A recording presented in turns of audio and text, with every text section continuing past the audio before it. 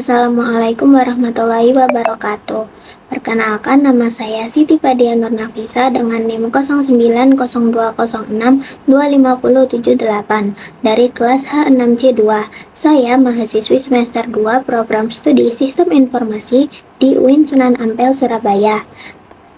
Di video kali ini, saya akan menyampaikan hasil resum dari 5 materi mata kuliah kewarganegaraan. Di dunia digital yang tanpa batas ini, ilmu teknologi tanpa dasar kewarganegaraan itu sangat berbahaya. Kita membutuhkan kompas etika supaya teknologi yang kita bangun nantinya benar-benar bermanfaat untuk bangsa, bukan malah merusaknya. Materi pertama adalah tentang hakikat pendidikan kewarganegaraan. Secara hukum, kita semua ini diikat oleh status warga negara Indonesia yang diatur dalam Undang-Undang Nomor 12 Tahun 2006. Tapi ini bukan cuma soal KTP, teman-teman. Landasan kita itu kuat banget. Ada Pancasila sebagai filosofi, Undang-Undang Dasar 1945 secara konstitusi, dan juga Bhinneka Tunggal Ika sebagai identitas kita yang beragam. Nah, relevansinya buat kita di sistem informasi apa?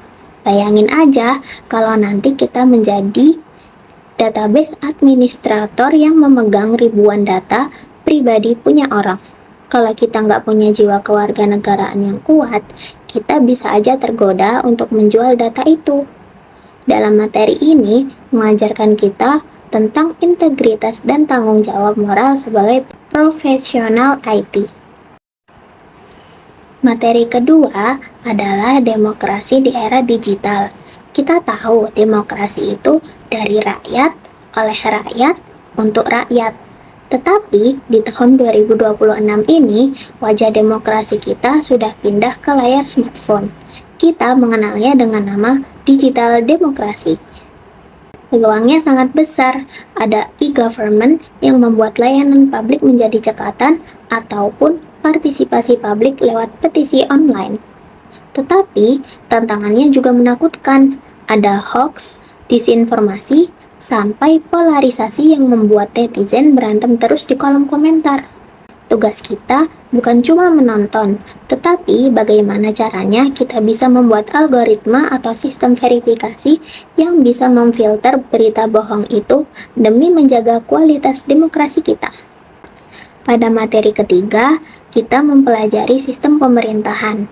Indonesia itu sistemnya presidensial, di mana ada pembagian kekuasaan berupa legislatif, eksekutif, dan juga yudikatif, supaya tidak ada yang namanya kekuasaan absolut atau check and balance.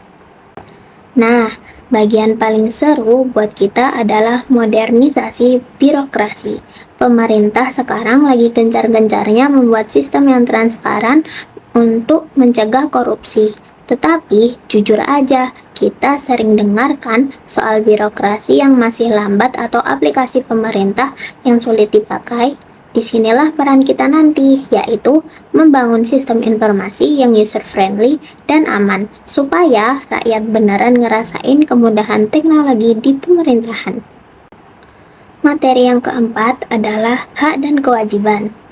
Hak dan kewajiban seperti dua sisi koin yang tidak bisa dipisahkan. Kita mempunyai hak untuk mendapat perlindungan, tetapi kita juga mempunyai kewajiban untuk menaati hukum termasuk Undang-Undang ITE. Contoh yang paling dekat adalah privasi data. Kita mempunyai hak atas kerahasiaan data pribadi kita di internet, tetapi kita juga mempunyai kewajiban untuk tidak menyebarkan data orang lain atau menyebarkan hate speech.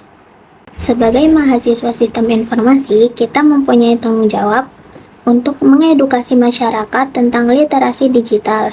Jangan sampai kebebasan berpendapat kita malah menabrak hak orang lain. Materi yang terakhir yaitu tentang globalisasi.